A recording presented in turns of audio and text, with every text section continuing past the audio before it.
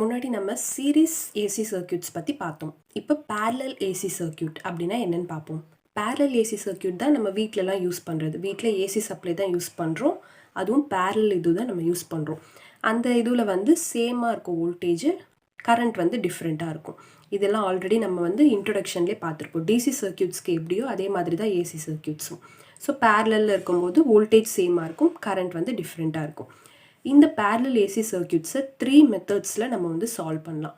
அது என்னென்ன மெத்தட்னா phasor method, admittance method, symbolic or J method. 3 types இருக்குது. ஓகே, இப்போ வந்து இந்த பேரலல்னால் இந்த மாதிரி தான் இருக்கும். இப்போ நம்ம வந்து டிசியில் வெறும் ரெசிஸ்டன்ஸ் மட்டும் இருக்கும். ஏசியில் வந்து என்ன ரெசிஸ்டன்ஸு, இண்டக்டன்ஸ், கெப்பாசிட்டன்ஸ் இது மூணுத்தையும் நம்ம இன்க்ளூட் பண்ணி எப்படி வந்து கேல்குலேட் பண்ண போகிறோம், கரண்ட்டு, வோல்டேஜு, அதுக்கப்புறம் ஃபேஸ் டிஃப்ரென்ஸ் வந்து எப்படி கண்டுபிடிக்க போகிறோம், அதை வச்சு cos phi பவர் ஃபேக்டர் எப்படி கண்டுபிடிக்க போகிறோம் அதெல்லாம் இப்போ பார்க்கலாம். இதில் வந்து சேம் வோல்டேஜ், கரண்ட் வந்து ஐன்னு வருது, அது I1, I2, I3 டிவைட் ஆகுது. ஓகே, அடுத்து இங்கே R1, L1, C1, R2, L2, C2, R3, L3, C3. Okay, இப்போ இதெல்லாம் எப்படி நம்ம வந்து கேல்குலேட் பண்ணலாம் இந்த மெத்தட்ஸ் வச்சு அப்படின்னு பார்ப்போம். ஃபர்ஸ்ட் வந்து ஃபேஸார் மெத்தட். ஃபேஸார் மெத்தடில் நம்ம என்ன பண்ணுவோம்னா, அந்த I1 ஒரே ஒரு பிரான்ச்சில் போயிட்டு இருந்துச்சு, அந்த கரண்ட் எப்படி கேல்குலேட் பண்ணலான்னா காமனாக இருக்க வோல்டேஜ் பை Z1ன்றது இம்பிடன்ஸோட வேல்யூ எப்படி கேல்குலேட் பண்ணலான்னா அங்கே R1, L1, C1 இருந்துச்சு. ஸோ L1, C1 வச்சு நம்ம XC1, XL1ன்னு கண்டுபிடிச்சிடுவோம். அதோட ஃபார்முலாஸ்லாம் நம்ம முன்னாடி பார்த்தோம். அதை வச்சு நம்ம Z1 கண்டுபிடிச்சிடணும். ஸோ இப்போ V/Z1 இந்த மாதிரி கண்டுபிடிச்சா நம்மளுக்கு I1 கிடச்சிரும். அதுக்கப்புறம் Phi1 cos phi கண்டுபிடிக்கிறதுக்காக Phi1 கண்டுபிடிக்கிறோம். Phi1 is equal to tan inverse of இந்த term by R1. ஸ்கொயர் இல்லாமல் இதை மட்டும் போட்டுக்கணும். இது வந்து Phi1ஓட வேல்யூ. இதே மாதிரி I2ஓட வேல்யூவோ அடுத்து I3ஓட வேல்யூ நம்ம கண்டுபிடிச்சிக்கணும். இப்போ V/Z2க்கு வந்து இங்கே R2 square plus XC2 minus XL2. இப்போ இந்த ஃபார்முலாலே வந்து ஃபேஸர் மெத்தடில் ஃபஸ்ட்டு கெப்பாசிட்டன்ஸை போட்டுக்கலாம், அடுத்து இண்டக்டன்ஸை போட்டுக்கலாம். போட்டு இப்போ Phi2 கண்டுபிடிச்சிக்கிறோம். அதே மாதிரி I3 V/Z3, Z3ஓடது வந்து R3 square plus XC3 minus XL3 whole square. Phi3 வந்து tan inverse of XC3 minus XL3 by R3. இதை வச்சு நம்ம 3 கரண்ட்டு அதுக்கப்புறம் வந்து Phi3 வேல்யூ கண்டுபிடிச்சிக்கலாம். கண்டுபிடிச்சிட்டு அடுத்து இப்போது இந்த Phiயோட வேல்யூ ஏதாவது ஒன்று இருக்கும், Phi1 இருக்கும், Phi2 இருக்கும், Phi3 இருக்கட்டும், அது ஏதாவது பாசிட்டிவில் நம்மளுக்கு வேல்யூ கிடச்சிதுன்னா அப்போ என்ன அர்த்தம், XC3 வந்து நம்மளுக்கு அதிகமாக இருக்கும், அப்போ தான் நம்மளுக்கு பாசிட்டிவ் வேல்யூ கிடைக்கும். அப்படி இருந்துச்சுன்னா லீடிங் பவர் ஃபேக்டர் லீடிங்னா என்ன, கரண்ட் வந்து லீடாக இருக்கும். ஸோ கெப்பாசிட்டரில் தான் நம்மளுக்கு லீடான கரண்ட் இருக்கும், அதனால் லீடிங் பவர் ஃபேக்டர். அதுவே 5 வந்து நெகட்டிவாக இருந்துச்சு அப்படின்னா XL வந்து அதிகமாக இருக்குன்னு அர்த்தம். ஸோ அப்போ அது லேகிங் பவர் ஃபேக்டர், ஏன்னா கரண்ட் வந்து லேக் ஆகும் வோல்டேஜ்க்கு, அவ்வளோதான். அதை வச்சு கண்டுபிடிச்சிக்கலாம். அடுத்து இப்போது I cos phi, I sin phi அப்படின்றத கண்டுபிடிக்கணும். என்னென்னா காம்பனன்ட்ஸ் ஆஃப் I வந்து நம்மளுக்கு I cos phi, I sin phi, wattful component, wattless component அதெல்லாம் பார்த்தோம். அதை வச்சு நம்ம I cos phi கண்டுபிடிப்போம். அப்போ எப்படி கண்டுபிடிக்கலாம் அப்படின்னா I1 cos phi1. So I1 நம்மளுக்கு தெரியும், phi1 நம்ம கண்டுபிடிச்சிருக்கோம், அதை வச்சு cos phi1 போட்டு இந்த மாதிரி 3 கரண்ட்ஸ் வச்சு நம்ம போட்டுக்கணும். இது வந்து 3 பிரான்ச்சஸ் இருக்கிறதுனால நம்ம இந்த மாதிரி கண்டுபிடிக்கிறோம். இதுவே 2 பிரான்ச்சஸ் இருந்துச்சுன்னா நீங்கள் அதை மட்டும் போட்டுக்கலாம், அவ்வளோதான். அடுத்து I sin phi-யும் அதே மாதிரி I1 sin phi1, I2 sin phi2, I3 sin phi3 இந்த மாதிரி கண்டுபிடிச்சிக்கணும்.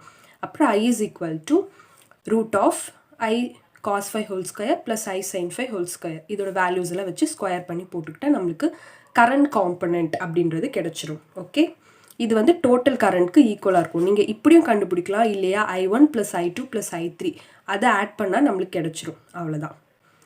அடுத்து Phiன்ற வேல்யூ வந்து எப்படி கண்டுபிடிக்கலாம்னா tan inverse of I sin phi by I cos phi. இப்போ வந்து என்னென்னா tan இன்வர்ஸ் இங்கே போச்சுன்னா tan phi வரும். tan phi equal to I sin phi by I cos phiனா sin பை cos நம்மளுக்கு tan தானே. ஸோ இதை வச்சு நம்ம I sin phi, I cos phi value இருந்துச்சுன்னா அதை வச்சு நம்ம இதை கண்டுபிடிக்கலாம். 2 மெத்தட்ஸில் கண்டுபிடிக்கலாம் ஃபேஸார்லேயே. இது வரைக்கும் ஒரு method I1, I2, I3, Phi1, Phi2, Phi3 கண்டுபிடிச்சி நம்ம வந்து பவர் ஃபேக்டர் எல்லாம் கண்டுபிடிச்சிருவோம். அது இல்லாமல் இப்போ நம்ம வந்து 2 காம்பனன்ட்ஸ் கொடுத்துருந்தாங்கன்னா அதை வச்சு டோட்டல் கரண்ட் கண்டுபிடிக்கலாம். அதுக்கப்புறம் Phiன்றது வந்து நம்ம கண்டுபிடிக்கலாம், டோட்டல் ஃபேஸ் எவ்வளோ அப்படின்றது. இதை வச்சு நம்ம ஃபேஸ் மெத்தட் வச்சு இதெல்லாம் நம்ம கண்டுபிடிச்சிக்கலாம். அடுத்த அட்மிட்டன்ஸ் மெத்தட். அட்மிட்டன்ஸ்னா என்ன? y. y is equal to 1 by z. இம்பிடன்ஸோட reciprocal தான் அட்மிட்டன்ஸ். அதை வச்சு நம்ம எப்படி கண்டுபிடிக்கலாம் அப்படின்னு பார்ப்போம். Same I1 equal to v by z1 போடுவோம். z1 ஓட வேல்யூ வந்து r1 square plus xl1 minus xc1.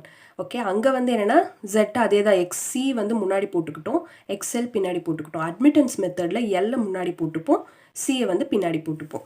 இந்த மாதிரி போட்டு எல்லா இதுவும் கண்டுபிடிச்சிடுவோம். கண்டுபிடிச்சிட்டு டோட்டல் கரண்ட் என்ன? I1 I2 I3 அதை ப்ளஸ் பண்ணுறது. I என்ன எழுதலாம்? v by zன்னு எழுதலாம். இப்போ இந்த 1 by z எப்படி எழுதலாம்னா yன்னு எழுதலாம். So vy equal to vy1 vy2 vy3ன்னு போட்டுக்கலாம். அடுத்து இந்த vv எல்லாத்துக்கும் காமனாக இருக்கிறதால அதை எடுத்துட்டு y is equal to y1 plus y2 plus y3 அப்படி எழுதிக்கலாம். yன்றது என்ன? அட்மிட்டன்ஸ். இப்போது z equal to r plus jx மாதிரி y is equal to g plus jb. அதை வந்து எப்படி எழுதலாம்னா root of g square plus b square அப்படியும் எழுதலாம். ஸோ ஜின்றது என்ன? y cos 5. அது வந்து எப்படி நம்மளுக்கு y cos 5 வருதுன்னா, இப்போ r x இங்கே இருக்குது, இது zன்னா அதே மாதிரி தான் g இங்கே b, இது வந்து y.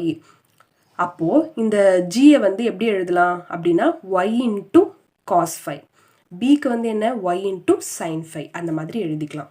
ஓகே, அப்புறம் இது வந்து நம்ம ஜெட்டை வந்து எப்படின்னா R plus R minus JP அப்படின்னு எழுதலாம். ஆனால் ஒய்யை வந்து எப்படின்னா G minus R plus JP அப்படின்னு எழுதலாம். ஓகே, இது அப்படியே ரெசிப்ரோக்கல்ன்றதால எல்லாமே ரிவர்ஸில் வரும். அடுத்து இப்போ 5 cos 5 கண்டுபிடிக்கிறதுக்கு 5ஓட வேல்யூ என்ன வரும்? tan inverse of b by g. அங்கே வந்து என்ன பண்ணுவோம்? r by zன்னு போடுவோம், சாரி x by rன்னு சொல்லி போடுவோம், tan inverse of x by r. இங்கே வந்து என்னென்னா b by g. ஓகே, இப்போ அந்த g is equal to y cos 5 அப்படின்றது நம்மளுக்கு தெரியும். ஸோ yன்றது என்ன? 1 by z. cos 5ன்றது என்ன? r by z. Okay, r by zன்னு போட்டுப்போம். அடுத்து இதுவும் வந்து இந்த மாதிரி போட்டோம்னா r by z ஸ்கொயர் வரும். z ஸ்கொயர் எப்படி எழுதலாம்? r square plus s square.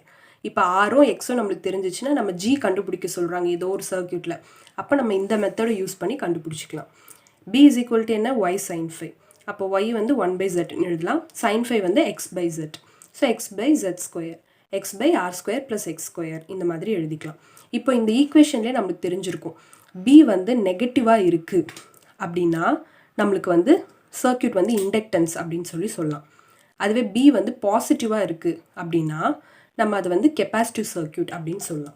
இங்கே வந்து என்னென்னா இங்கேயும் அதே மாதிரி தான், பாசிட்டிவாக இருக்கும்போது நம்மளுக்கு கெப்பாசிட்டிவ் சர்க்கியூட்டாக இருக்கும், லீடிங் பவர் ஃபேக்டர். அதே மாதிரி தான் இங்கேயும் b வந்து பாசிட்டிவாக இருந்துச்சுன்னா நம்மளுக்கு வந்து capacitive circuit, leading power factor, இல்லைனா லேகிங் பவர் ஃபேக்டர். அடுத்து symbolic method R J method அப்படின்னு சொல்கிறோம்ல, அது I1 is equal to என்ன? v by z1. ஸோ z1ஓட இது வந்து r1 ப்ளஸ் jxl1 எழுதுவோம்.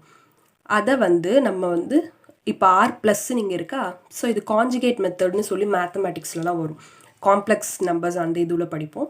அதை வந்து என்னென்னா r minus jx1 divide by r1 minus jx1 xl1 அதை வச்சு நம்ம வந்து ரெண்டு இது நியூமினேட்டர் டினாமினேட்டரில் மல்டிப்ளை பண்ணிக்கணும். இதுக்கு காம்ப்ளெக்ஸ் கான்ஜுகேட்டாக இருக்கிறது.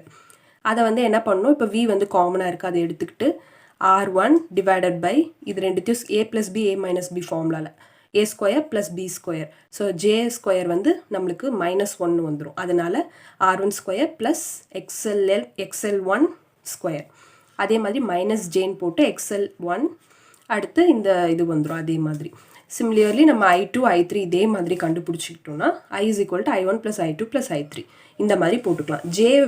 ஜேவை மெயினாக வச்சு இந்த காம்ப்ளெக்ஸ் கான்ஜுகேட் அந்த மெத்தட் வச்சு போடுறதுனால இது வந்து சிம்பாலிக் ஆர் ஜே மெத்தட். இப்போ நம்ம இந்த 3 மெத்தட் நம்மளுக்கு தெரிஞ்சிருச்சு. ஒரு ப்ராப்ளம்ஸ்க்கு ஏற்ற மாதிரி எதெல்லாம் நம்மளுக்கு ஈஸியாக இருக்கும், எந்த மெத்தடை வந்து சால்வ் பண்ணால் சீக்கிரமாக நம்மளுக்கு சொல்யூஷன் கிடைக்கும் அப்படின்றத நம்மளே அனலைஸ் பண்ணி பண்ணணும். அட்மிட்டன்ஸ் மெத்தட் வந்து நம்ம எதுக்காக யூஸ் பண்ணுவோம்னா இந்த மாதிரி கண்டக்டன்ஸ் அப்புறம் சக்செப்டன்ஸ் இதை பற்றி கேட்டாங்கன்னா நம்ம யூஸ் பண்ணலாம். இப்போ கண்டக்டன்ஸ் சக்செப்டன்ஸ் அதோட யூனிட் வந்து என்னென்னா, கண்டக்டன்ஸ்க்கு வந்து சைமன்ஸ்ன்னு நம்ம முன்னாடி ஃபஸ்ட் சாப்டரில் பார்த்துருப்போம். சைமன்ஸ், ஓம் இன்வர்ஸ் இல்லைனா மோ. அதே தான் வந்து நம்மளுக்கு இதுக்கும் பிக்கும் வரும். பின்றது என்ன? சக்செப்டன்ஸ். எப்படி நம்ம சொல்லலாம்னா நம்ம ரியாக்டன்ஸ்க்கும் ஓம் தான் சொன்னோம். அதே மாதிரி தான் ஜிக்கும் பிக்கும் சேம் யூனிட் தான். ஓகே, இப்போ இந்த மாதிரி ஜிபியை வச்சு கண்டுபிடிக்கிற மாதிரி அப்புறம் அட்மிட்டன்ஸ் வச்சு நம்ம கண்டுபிடிக்கிற மாதிரி அந்த டேர்ம்ஸில் கண்டுபிடிக்கிற மாதிரி இருந்தால் நம்ம இந்த மெத்தட் யூஸ் பண்ணலாம். இது ரொம்ப லாங்காக இருக்கும் மற்ற மெத்தடை கம்பேர் பண்ணும்போது. ஒன்று நம்ம ஃபேஸர் மெத்தட் யூஸ் பண்ணிக்கலாம் வேணும்னா, அப்படி இல்லையா symbolic or J method use பண்ணிக்கலாம். ஸோ இந்த மாதிரி 3 மெத்தடை யூஸ் பண்ணி நம்ம பேரலல் ஏசி சர்க்யூட்ஸை சால்வ் பண்ணலாம்.